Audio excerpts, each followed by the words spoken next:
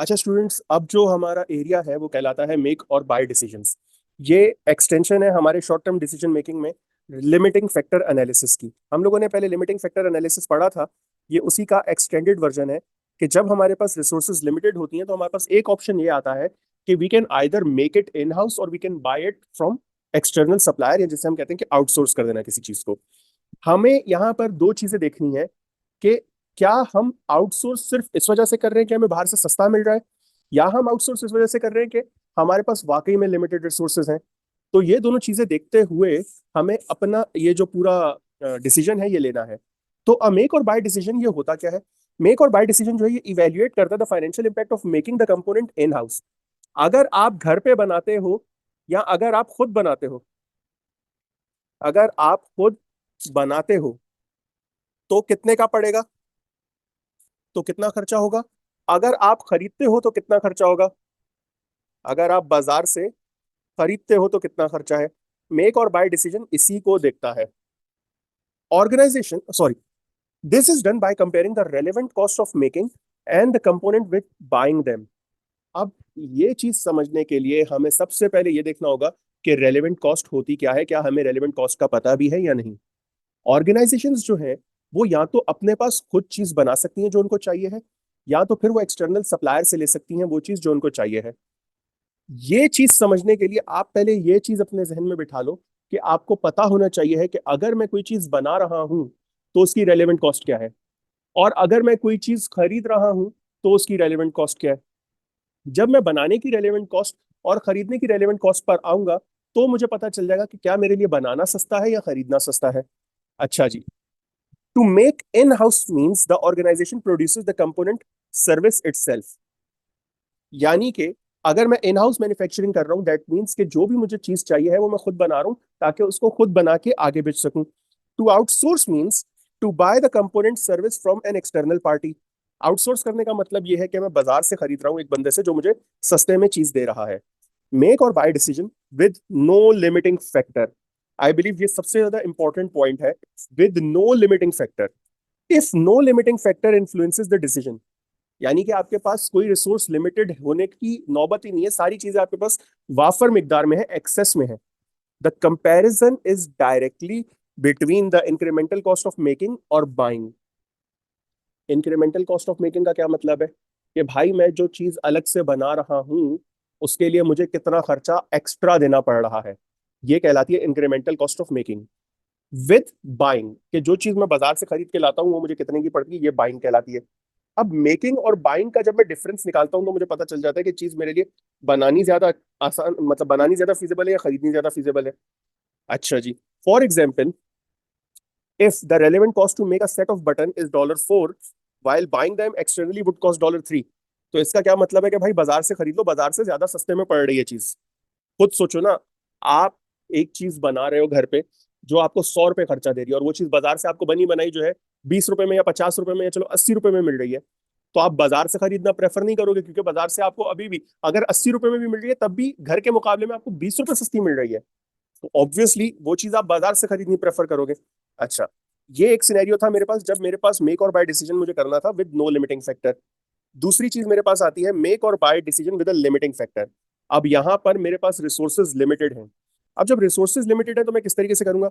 If there is a limiting factor such as the shortage of material or labour, the cost saving per limiting factor need to be considered for each component. Cost saving क्या होती है जरा ये समझना। Cost saving समझने के लिए यूं कह लो कि एक चीज आप खरीद रहे हो बाजार से $12 की, एक चीज आप खरीद रहे हो बाजार से $12 की, ये है मार्केट वैल्यू, ये मार्केट वैल्यू है। और घर पे आपको वो चीज पड़ रही है $9 की। घर पे आपको वो चीज कितने की पड़ रही है? $9 की। ये है आपकी in house cost of making. तो आपकी सेविंग कितनी हो गई? $3 की। ये $3 जो है ये आपकी है सेविंग ऑफ कॉस्ट। ये $3 क्या है आपकी? Cost saving per unit. ये आ गई आपकी कॉस्ट सेविंग पर यूनिट। अब ये कॉस्ट सेविंग पर यूनिट को आप डिवाइड कर देते हो लिमिटिंग फैक्टर से, तो आपको पता चल जाता है कि क्या ये चीज मुझे खरीदनी है या बनानी है। Component that cost the most per limiting factor should be outsource. Limiting factor को यूटिलाइज करते हुए वो कंपोनेंट जिसकी कॉस्ट सबसे ज्यादा आ रही हो उसको आप बाजार से खरीदना प्रेफर करो, घर पे नहीं बनाओ, क्योंकि बाजार से वो आपको सस्ते में पड़ जाएगा। An optimal production solution will need to be calculated to compare cost accurately. इसमें भी वैसे ही ऑप्टिमम प्रोडक्शन प्लान हम बनाते हैं जैसे हम लिमिटिंग फैक्टर में बनाते थे, ताकि हमें अंदाजा हो जाए कि कौन सी कॉस्ट हमें कैलकुलेट करके कंपेयर करनी है और एक्यूरेट कंपेरिजन हम कर सकें। आई बिलीव यहां तक सबको समझ आ गया होगा। अच्छा, अब सवाल ये है कि हम जो ऑप्टिमम प्रोडक्शन प्लान की बात कर रहे हैं, ये ऑप्टिमम प्रोडक्शन प्लान हम बनाएंगे किस तरीके से? ये ऑप्टिमम प्रोडक्शन प्लान हम किस तरीके से बनाएंगे? देखो, मैं फिर बात कर रहा हूँ किसकी? ऑप्टिमम प्रोडक्शन सॉल्यूशन या ऑप्टिमम प्रोडक्शन प्लान की। मैंने अभी तक बाजार से खरीदने की बात नहीं की। इस पूरे लेवल पे अभी तक हमने जो भी पढ़ा है, यहाँ पीछे भी मेक और बाय में, मैंने कहीं भी अभी तक बाजार से खरीदने की बात नहीं की। मैंने हर जगह वर्ड यूज किया है ऑप्टिमम प्रोडक्शन सोल्यूशन या ऑप्टिमम प्रोडक्शन प्लान। तो ये ऑप्टिमम प्रोडक्शन प्लान बनेगा किस तरीके से? एक दफा हम लोग ऑप्टिमम प्रोडक्शन प्लान सीख चुके हैं, कहां पर? लिमिटिंग फैक्टर एनालिसिस में, जहां पर लिमिटेड रिसोर्सेज को यूज करते हुए हमें प्रॉफिट मैक्सिमाइजेशन प्लान बनाना था। अब यहाँ पर इश्यू ये है कि मैं लिमिटेड रिसोर्सेज यूज तो कर रहा हूँ, लेकिन मेरे लिए कौन सी रिसोर्स ज्यादा फायदे सॉरी कौन सा प्रोडक्ट ज्यादा फायदेमंद है या कौन सा प्रोडक्ट कम फायदेमंद है, ये मैं बेस रखता हूँ कॉस्ट के ऊपर। ये मेरा डिसीजन जो ये बेस करता है किस पे? कॉस्ट के ऊपर। तो पहली चीज क्या है? हमेशा देखो, if there is a limiting resource, तो we should identify what is the limiting factor. वो कौन सी ऐसी चीज है, वो कौन सी ऐसी रिसोर्स है जो मेरी ऑर्गेनाइजेशन की एक्टिविटीज को रोक रही है? सबसे पहले तो हमें लिमिटिंग फैक्टर को आइडेंटिफाई करना है। उसके बाद we need to calculate the relevant cost of buying each component. Relevant cost of buying each component, और ये कैसे कैलकुलेट होता है? This is usually the purchase price minus the saved cost of making. Saved cost of making, purchase price minus the saved cost of making. मुझे क्या पता चल जाएगा? Relevant cost of buying. Calculate each products relevant cost of buying per unit of limiting factor. Relevant cost of buying जो है वो पर limiting factor जो है उससे मैं sorry relevant cost of buying जो है उसको मैं डिवाइड कर दूंगा लिमिटिंग फैक्टर से, तो मेरे पास क्या आ जाएगा? कॉस्ट ऑफ बाइंग पर लिमिटिंग फैक्टर। और फिर उसकी बुनियाद पे मैं जो highest relevant cost of buying per unit होगी, उस बेसिस पर मैं इसको रैंक कर दूंगा। जिसकी कॉस्ट ऑफ बाइंग सबसे ज्यादा हाईएस्ट होगी, पहले मैं वो बनाऊंगा, और जिसकी कॉस्ट ऑफ बाइंग कम होगी उसे मैं बाजार से खरीद लूंगा। खुद सोचो, एक चीज है जो आपको बनाने में पड़ रही है 50 रुपए की, और एक चीज है जो आपको बनाने में पड़ रही है 20 रुपए की। आप कौन सी चीज खुद बनाओगे, 20 रुपए वाली या 50 रुपए वाली? 20 रुपए वाली। अब इसको थोड़ा सा उल्टा करता हूं मैं सवाल को। एक चीज है जो आपको बाजार से मिल रही है 30 रुपए की, और एक चीज है जो आपको बाजार से मिल रही है 10 रुपए की। आप कौन सी चीज बाजार से खरीदना प्रेफर करोगे, 30 रुपए वाली या 10 रुपए वाली? ऑब्वियसली 10 रुपए वाली। भाई, हमारी कोशिश ये होती है कि जो चीज हम घर पे सस्ती बना सकते हैं उसे घर पे सस्ता बनाएं, और जो चीज ऑलरेडी बाजार में सस्ती मिल रही है, पहले बाजार से सस्ती वाली चीज खरीद लें। यही हमारी कोशिश होती है ना। हम यहाँ पर भी यही करेंगे। हमने फॉर एग्जाम्पल, एक की कॉस्ट आ रही है मेरे पास 12, एक की कॉस्ट आ रही है मेरे पास 8, एक की कॉस्ट आ रही है मेरे पास 9। तो हाईएस्ट क्या है मेरे पास? 12 है। ये 12 रुपए वाली चीज मैं पहले खरीदूंगा या पहले मैं 8 रुपए वाली चीज खरीदूंगा? ऑब्वियसली पहले मैं 8 रुपए वाली चीज खरीदूंगा, क्योंकि 8 रुपए वाली चीज मैं ज्यादा खरीद सकता हूँ एज कम्पेयर टू 12 रुपए वाली चीज के। और कोशिश मेरी ये होगी कि जो 12 रुपए मैंने बाजार में खर्च करने हैं, ये चीज मैं अपने पास बना लूं, ताकि मेरे पास मटेरियल जो पड़ा हुआ है वो यूज भी हो जाए, और जो चीज मुझे बाजार से सस्ती मिल रही है वो मैं बाजार से सस्ती खरीद भी लूं। आई बिलीव ये चीज सबको समझ आ गई होगी। आगे बढ़ते हैं। तो make products with the highest relevant cost of buying per unit of limiting factor first, up to the required quantity. जितनी क्वांटिटी रिक्वायर्ड है उतना बना लो, until the limiting factor is exhausted.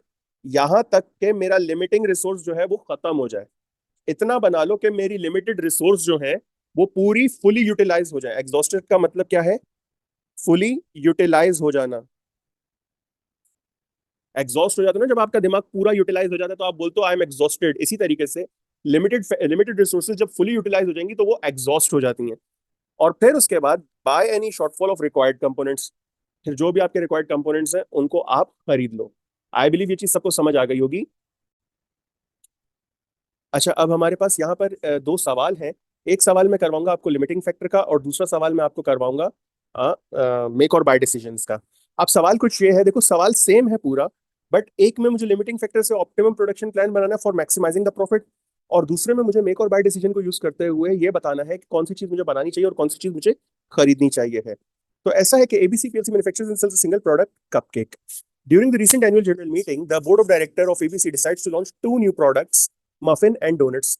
The cost and management accountant of ABC PLC has informed the BOD that ABC has limited resources and are unable to manufacture all products at the same time. Details for cost and production for each product are as follows.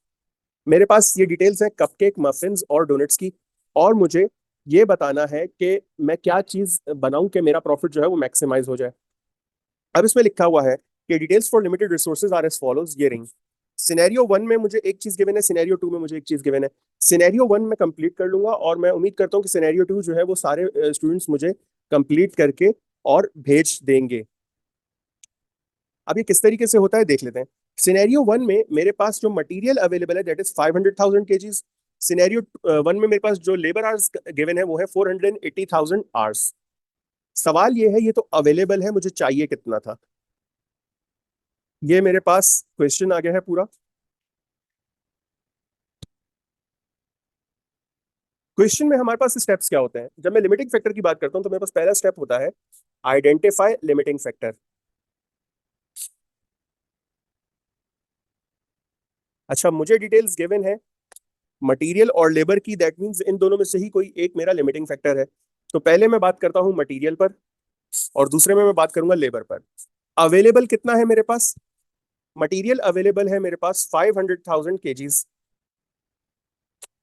और labour hours जो है available मेरे पास वो है 480,000 hours. Require कितना है? Requirement में देख लेते हैं। मुझे कपकेक बनाने हैं 500,000, मुझे मफिन्स बनाने हैं 500,000 और मुझे डोनट्स बनाने हैं 500,000।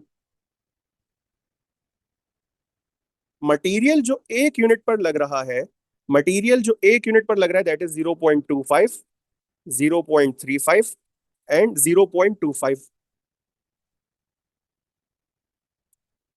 लेबर जो एक यूनिट पर लग रहा है वो कितना है? 0.5, 0.5 एंड 0.7। तो मेरा टोटल मटेरियल कितना होगा? ये आ गया मेरे पास 125,000, ये आ गया मेरे पास 175,000 और ये आ गया मेरे पास 125,000। टोटल मेरा मटेरियल कितना हो गया? 50 प्लस 175, ये हो गया 425,000 केजीज टोटल मटेरियल। अगर मैं लेबर की बात करूं, अगर मैं लेबर की बात करूं तो लेबर मेरा कितना लग रहा है? लेबर मेरा लग रहा है 0.5, तो ये आ गया 250 hours, 250,000 hours. Same goes for muffin भी 250,000 आवर्स और ये आ रहा है मेरे पास 350,000 आवर्स फॉर डोनट्स। तो टोटल मेरा लग रहा है labour 850,000 hours.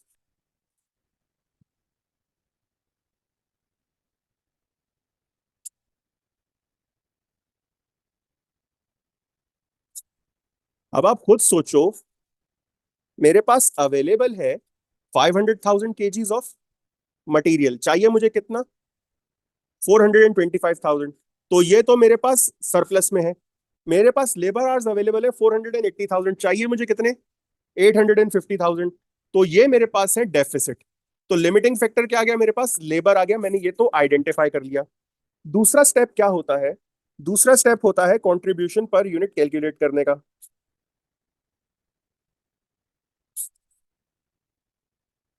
Contribution per unit कैसे कैलकुलेट करते हैं?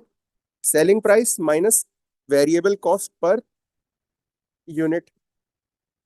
सेलिंग प्राइस मुझे जो कपकेक की गिवन है, जो मफिन की गिवन है और जो डोनट की गिवन है उस पर वर्किंग कर लेते हैं। कपकेक की सेलिंग प्राइस है 50, मफिन की है 60 और डोनट की भी है 60। कपकेक जो मैं वेरिएबल कॉस्ट में लग रही है मेरी वो है 10.75, मफिन में लग रही है 13.35 और डोनट में लग रही है 14.35। तो इन तीनों का कंट्रीब्यूशन कितना आ गया मेरे पास? कपकेक का कंट्रीब्यूशन आ गया मेरे पास 39.25 मफिन का कंट्रीब्यूशन आ गया 46.65 और डोनट का कंट्रीब्यूशन आ गया मेरे पास 45.65। स्टेप 3 था मेरे पास। स्टेप 3 मेरे पास है कंट्रीब्यूशन पर unit per limiting factor.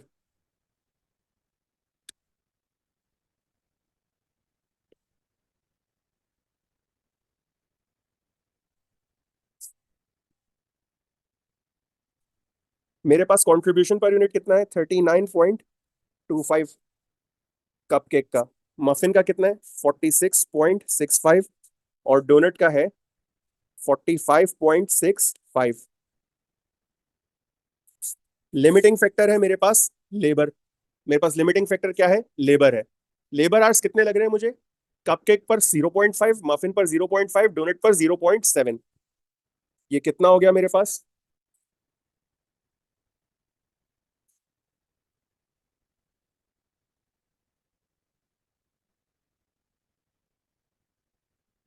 78.5।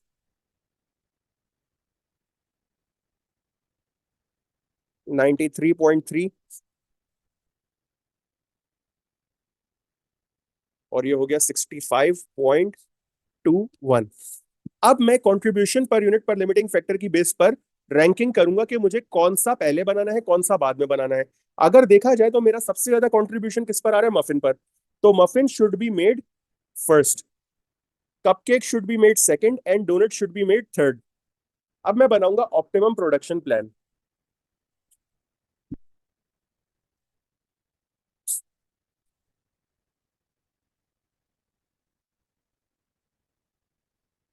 Optimum production plan बना लेते हैं। सबसे पहले मैं बना रहा हूं मफिन। मेरे पास लेबर जो है वो लिमिटेड है ना। मुझे 4,80,000 घंटों को यूटिलाइज करते हुए मैक्सिमम प्रोडक्शन करनी है।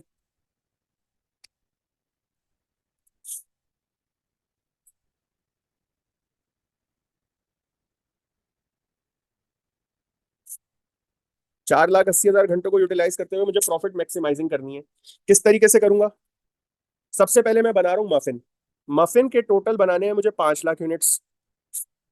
एक यूनिट पे लग रहा है 0.5 आवर्स। तो ये कितने हो गए 250,000 आवर्स हो गए। अच्छा मेरे पास थे 4,80,000 घंटे टोटल, जिसमें से 2.5 लाख घंटे मैंने यूज कर लिए फॉर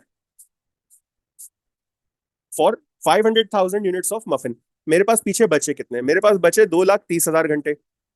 अब इन 2,30,000 घंटों में मुझे कपकेक्स भी बनाने हैं और डोनट्स भी बनाने हैं। जबकि मुझे ये पता है कि खाली कपकेक बनाने के लिए मुझे 2.5 लाख घंटे चाहिए हैं। मुझे कपकेक बनाने के लिए कितने घंटे चाहिए 2.5 लाख घंटे। तो मुझे ये पता करना है कि मेरे कपकेक के कितने यूनिट बन जाएंगे इन 230,000 आवर्स में।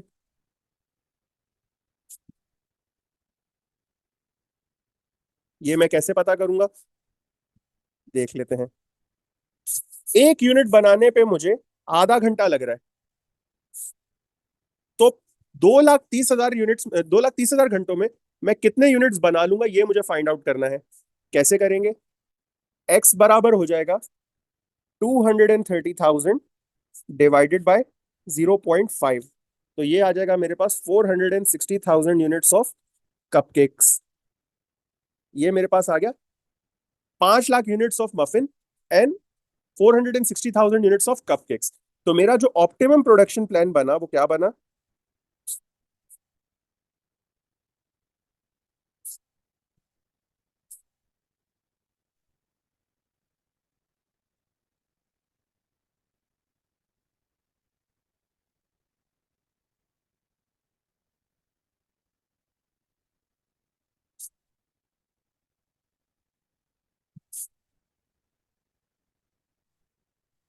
आई बिलीव ये चीज सबको समझ आ गई होगी। किसी का कोई सवाल है तो आप लोग मुझसे पूछ सकते हैं। इसका जो दूसरा एरिया है, यानी कि इसका जो सिनेरियो 2 है सवाल का, वो मैं उम्मीद करता हूं कि आप सब मुझे बना के और पूरा सोल्यूशन करके मुझे भेज देंगे। मैं उसको चेक करके आप लोगों को बता दूंगा। अच्छा अभी हमारा दूसरा सवाल है that belongs to make or bye decisions. तो मेक और बाय डिसीजंस किस तरीके से हम काम करते हैं उस पर बात करेंगे। सवाल वही है, पूरी डिटेल्स वही है, हमें करना क्या है मैं आपको बता देता हूँ। हमारे पास प्रोडक्शन गिवन है कि हमें सालाना इतनी प्रोडक्शन करनी है कपकेक, मफिन और डोनट की।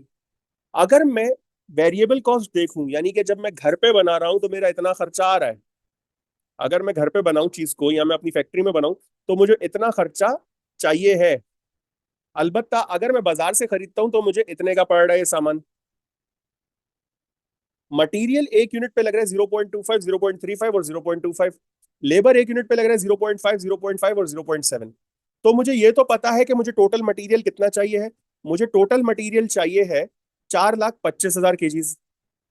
रिक्वायरमेंट कितनी है मेरी? 4,25,000 केजीज की। कि यहां पर मैं लिख देता हूं मटेरियल और यहां मैं लिख देता हूं लेबर। लेबर की मेरी रिक्वायरमेंट कितनी है? 8,50,000 आवर्स। ये है मेरी रिक्वायरमेंट। अवेलेबल कितना है मेरे पास? अवेलेबल है मेरे पास मटेरियल 2,65,000 केजीज और लेबर कितना अवेलेबल है? 9 लाख।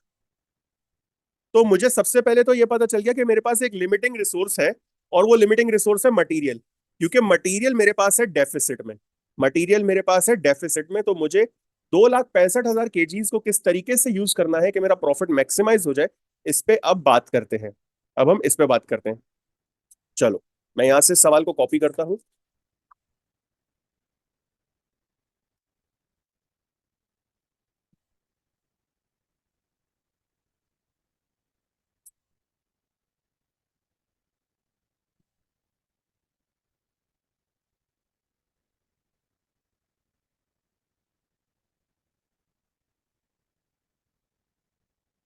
स्टेप वन मैंने आपको जिस तरह यहां पर ये बता दिया है कि मेरे पास लिमिटिंग फैक्टर आइडेंटिफाई हो गया है एज मटीरियल।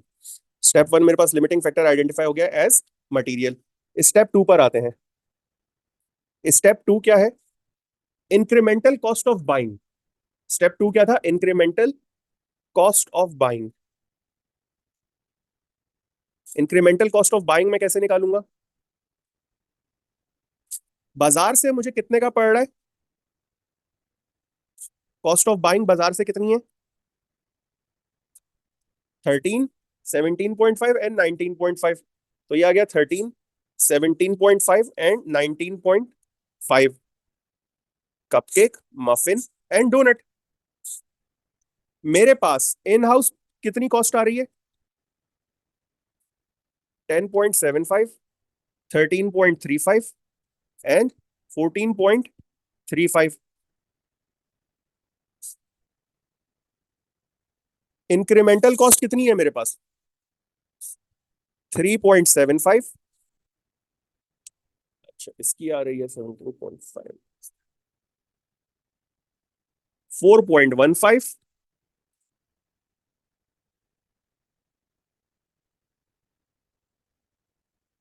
5.15।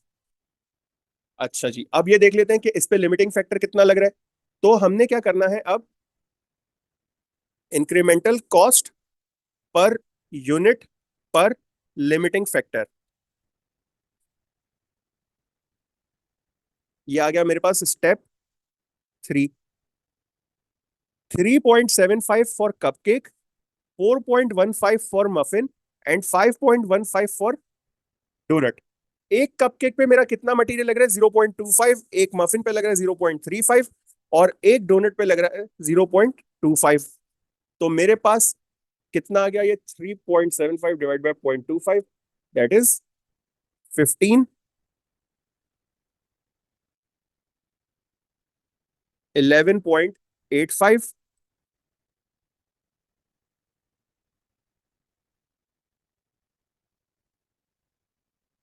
20.6। अब देखो, ये बात मैं कर रहा था इंक्रीमेंटल कॉस्ट के हवाले से। किसके हवाले से बात कर रहा हूं मैं यहां पर? Incremental cost of buying. अगर मैं कॉस्ट ऑफ बाइंग पर लिमिटिंग फैक्टर चेक करूं तो सबसे ज्यादा कॉस्ट किसकी है? सबसे ज्यादा कॉस्ट मेरी आ रही है किसकी? डोनट की। दूसरे नंबर पर किसकी आ रही है? कपकेक की। और तीसरे नंबर पर आ रही है मफिन की।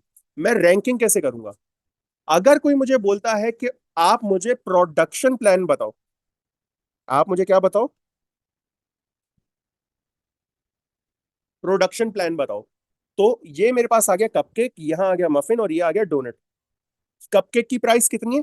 $15 पर लिमिटिंग फैक्टर, मफिन की है 11.85 पर लिमिटिंग फैक्टर, और डोनट की है 20.6 पर लिमिटिंग फैक्टर। ये कॉस्ट ऑफ बाइंग है। ज्यादा कॉस्ट किसकी है? डोनट की। मतलब डोनट मुझे महंगा पड़ेगा, डोनट मुझे महंगा पड़ेगा, तो पहले मुझे डोनट बनाना चाहिए। अगर मैं बाजार से जाके डोनट खरीदता हूं तो डोनट मुझे महंगा पड़ेगा, मुझे पहले डोनट बनाना चाहिए है। अच्छा, दूसरे पर मेरे पास आ गया कपकेक। दूसरे पर मुझे कपकेक बनाना चाहिए, और फिर अगर मेरे पास कुछ मटेरियल बच गया तो मैं मफिन बनाऊंगा। इन अदर वर्ड्स, बाजार से बाजार से मैं सबसे पहले क्या खरीदूंगा? बाजार से मैं सबसे पहले खरीदूंगा मफिन।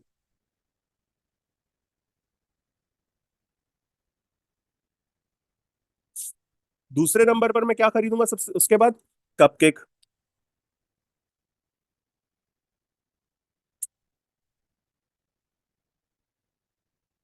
सही।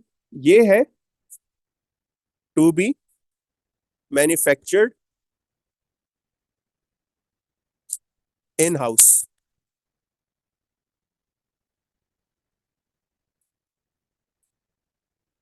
To make in house, and then to make in house number 3।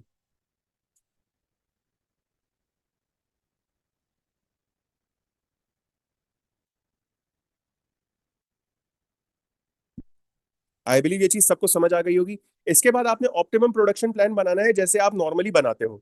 मतलब सबसे पहले मैं अपनी रिसोर्सेज को यूटिलाइज करूंगा डोनट पे, उसके बाद मैं अपनी रिसोर्सेज को यूटिलाइज करूंगा कपकेक पर, और फिर मैं अपनी रिसोर्सेज को यूटिलाइज करूंगा मफिन पर। आई बिलीव प्रोडक्शन प्लान बनाना सबको आता होगा, किस तरीके से मुझे अपनी रिसोर्सेज को यूटिलाइज करना है। बिल्कुल वैसे ही बनेगा जैसे कि आपने लिमिटिंग फैक्टर एनालिसिस में बनाया था। मैं अपने इस लेक्चर को यहीं पर खत्म कर रहा हूँ। आप में से किसी का कोई भी सवाल होता है तो you guys can contact me any time. तब तक के लिए अपना ख्याल रखिएगा, दुआ में याद रखिएगा। अल्लाह हाफिज।